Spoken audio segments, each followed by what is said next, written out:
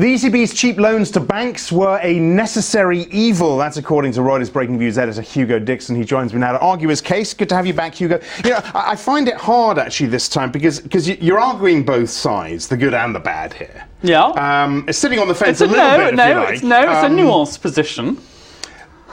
So I find that hard to shoot down. Okay. Well, I guess my point, okay, 820 billion euros parked at the ECB over the weekend. Yeah. Nothing's happening with that money. What is productive about that?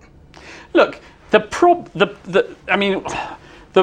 this was a necessary operation. It's not solved the whole world's problems or Europe's problems, but it did prevent a real cataclysm.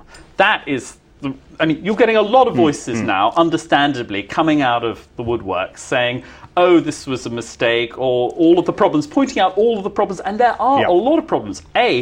A lot of the money isn't actually going to find its way into the real economy. But compare it to what would have happened if that trillion euros hadn't gone in. Then you'd have had a huge amount of money sucked out of the real economy. Understood and agreed. And we've talked about this before. But let's assume that they tried a different tack, i.e., not this 3-year money, that they went back and bought bonds directly, or lowered interest rates again, or decided, say, to offer a lower interest rate to banks for keeping their money with the ECB, so it would be less of an incentive to park it there and not send it through to the economy. What about things like that? Why aren't we talking about things like that again?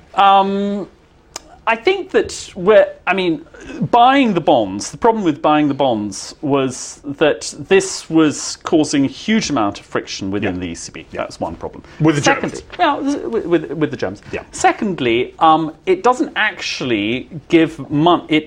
They were only buying bonds in the secondary market. They weren't actually buying bonds in the primary market because that would have been totally against the rules of the Maastricht Treaty.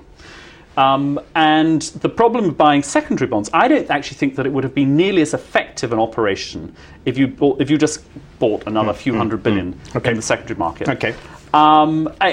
What you do have, though, is you have still had an indirect way of bailing out these governments, and the big risk now is that they sort of relax. And they say, oh, look, the Spanish and the Italians, their interest rates are now, 10-year is now below 5%, and they sort of feel the pressure is off them. I don't think Mario Monti, for example, will relax, but he's got the whole political class behind him who never really wanted to do these operations in the first place. Maybe I'm missing something here, but the point here is this money isn't getting through to the real economy. I mean, that's one of the big issues. And I mentioned just now, and again, maybe I'm missing the point, this idea of lowering the interest the banks will earn from keeping this money parked at the ECB. Why can't they do something like that to make it to provide banks with more of a push to send this money out, send these funds out?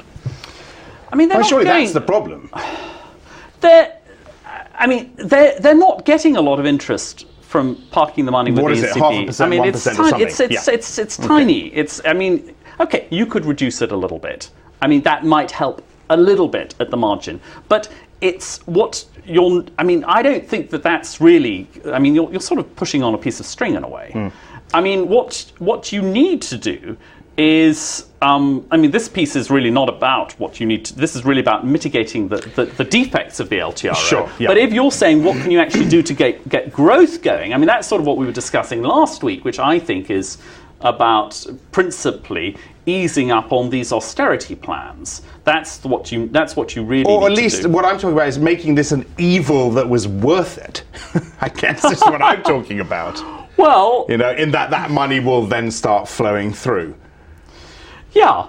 That money, I don't think that you are going to get that money flowing through big time until the animal spirits in the economy improve. You tell these banks, push the money out. They're going to do it a little bit here and a little bit there. You remember what's happened in Britain. We had this sort of so-called Merlin operation, and they put all sorts of rules on the banks. So where do we go from here then, Hugo? Well, I think where we go from here is the two things. It's the sovereigns and it's the banks. And they've both had a bailout, and the problem is moral hazard. This idea that because life has been made easy for them, they're not going to behave in the way that they ought to in the future. So what we have to do, unfortunately, with the sovereigns, you just have to keep jawboning them. You have to explain the real importance of these structural reforms.